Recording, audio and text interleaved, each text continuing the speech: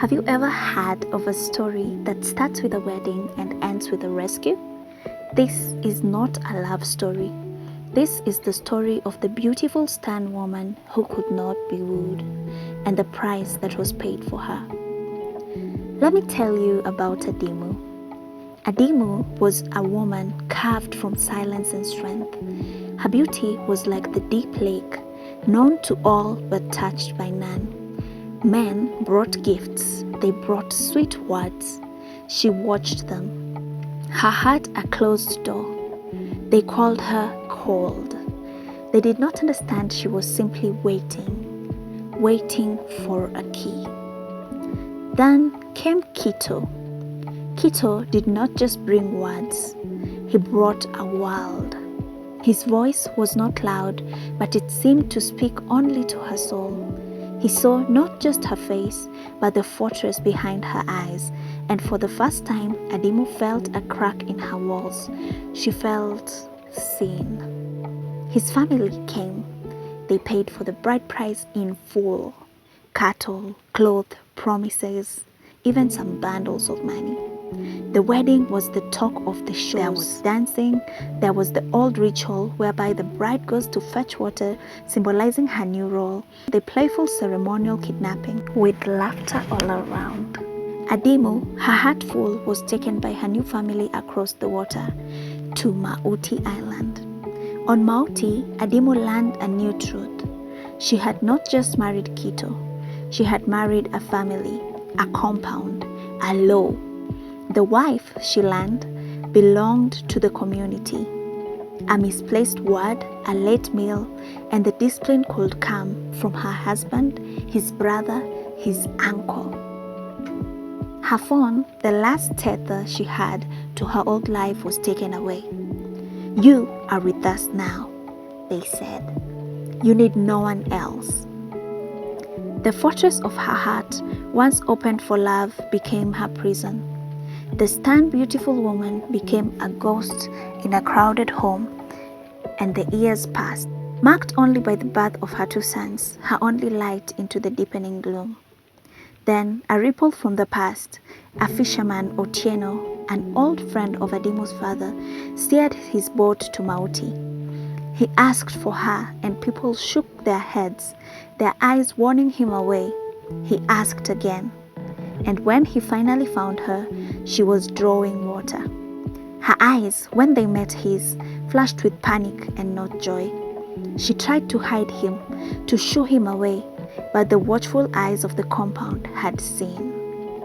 In her home, over bitter tea, Adimu kept her head down, but Otieno saw. He saw the careful way she moved her wrist. He saw the shadows in a place the sun could not reach, just below her ear. He called her to the doorway under the pretense of admiring the lake view. "Adimu, what is this?" he said in a low whisper. "You must leave now, if they think you know. Please go," Adimu said in a rash, terrified whisper. He left, but a good fisherman knows when the waters are hiding monsters.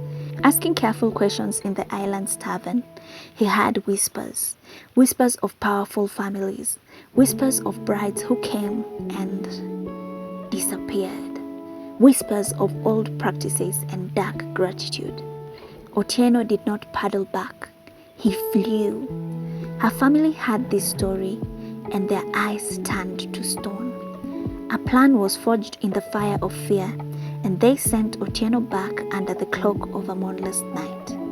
A shadow among shadows, he found Adimu waiting at a broken part of the shore, her eyes wide with a hope so sharp that it was painful. He pulled her into his boat and they vanished into the dark water. At her parents' home, Adimu crumbled. Her tears were not just for her own freedom. "My boys," she cried. "I left my lights in the dark." She told them of the single hut where all the children slept, a guard at the door. Her sons were lost inside the fortress.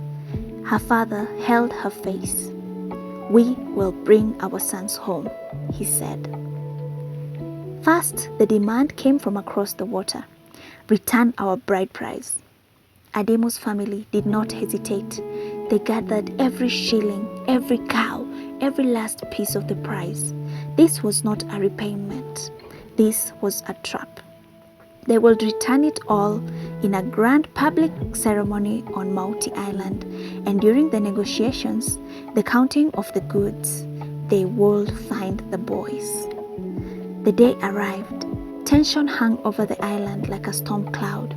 The two families faced each other, and while the elders argued over the value of the returned cattle, Adimu's young cousins, quick as the lake flies, melted into the compound.